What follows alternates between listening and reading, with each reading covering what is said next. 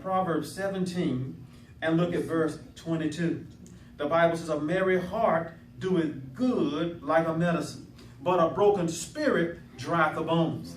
A broken spirit has to do with discouragement. A broken spirit has to do with what happens when people stay away from the gospel, when they stay away from what they've originally been exposed to. It's kind of like us when we were kids and we were all exposed to the gospel at early ages. But many of us, after a while, we kind of got away from those things, and that's when the broken spirit began to come. And when that broken spirit came, for a lot of people, that's when they turned to drugs. Woo. That's when they turned to alcohol. Woo. That's when they begin to turn to things, or maybe the person that they loved that they knew weren't good for them. They began to turn to things to try to fill in a gap that only the Word of God can fill. Can I get a witness? Amen. I remember my own personal testimony when I think about how, my life as a young boy being in church and then getting away from church, and then all of a sudden, being out there and, running around and acting like a fool, trying to be cool, doing different things that I know I shouldn't have done. And I remember just going, and I remember one particular weekend, we went down to Atlanta, Georgia, and we went down there, me and a friend of mine, we went down there from Goldsboro. And as we went down there from Goldsboro, I'm traveling with him, so I'm in a car with him, didn't have any type of weapon or anything. And we get down there, and he drops me off at a friend of ours' house from Goldsboro, but we're in Atlanta. And as he drops me off, now I ended up, one thing led to another, and I ended up leaving there to go with a particular lady to her house. So here I am going to the house with the lady, and it's 4 o'clock in the morning. And as we go up to her apartment, all of a sudden, we go up to her apartment. We're probably there for a couple of minutes, and all of a sudden somebody knocks on the door. They bang on the door. So I was like, oh goodness, sounds like the police out there. But anyway, somebody's banging on the door, and so she tells me, she says, go to the closet. Somebody said, what did you do? I went to the closet. Man, what do you think I'm gonna do?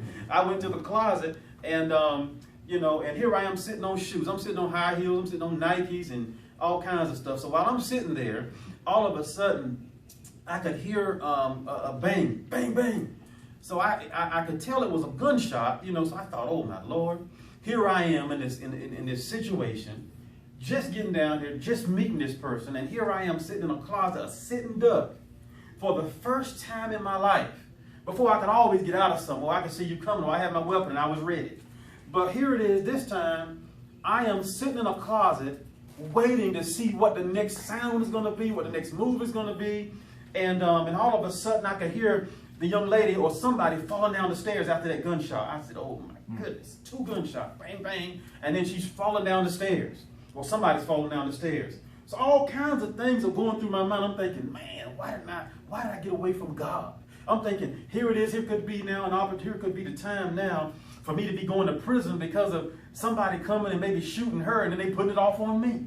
I'm thinking, I don't know who this, she told me she didn't have no boyfriend, but here I am. I'm just, all kinds of things are going through my mind. See, some people have a near-death experience. Some people have a jail or prison experience. Some people might have a war experience where you're out there in Vietnam, and all of a sudden you say, God, if you help me, I will give you my life and do whatever you say do. Well, me, I had my Nike closet experience.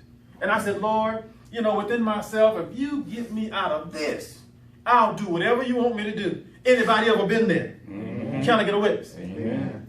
So I said, man, my goodness. Because I had never been a sitting duck before. I'd always been used to being able to see something coming and avoiding it or getting around it or whatever. But here I am, a sitting duck. I mean, this closet is positioned in a place where all I could do is just rely on seeing shadows so I could know where that particular, person was. Because I'm thinking, now he done shot her, now he's coming to look for me. He had to be sitting out there watching us because it happened so quickly whenever, he came in. Whenever he all of a sudden knocked on the door. So anyway, long story short, with a long story short, here it is now, as I had, I'm sitting in that closet. I'm sitting there, and it probably was a span of time of maybe like 6 minutes or so, when I think about it. But to me, it felt like forever. Because I'm sitting there, and all of a sudden, the phone rang in her apartment. I'm thinking, man, the phone is ringing. all kinds of things are going through your mind. That's right, 4 o'clock in the morning, I'm thinking, okay, I mean, all kinds, you're trying to process every little thing. Because I'm thinking now he's probably got a cell phone, and he's calling the phone to see if I'm going to answer so he can see where I'm at in the house.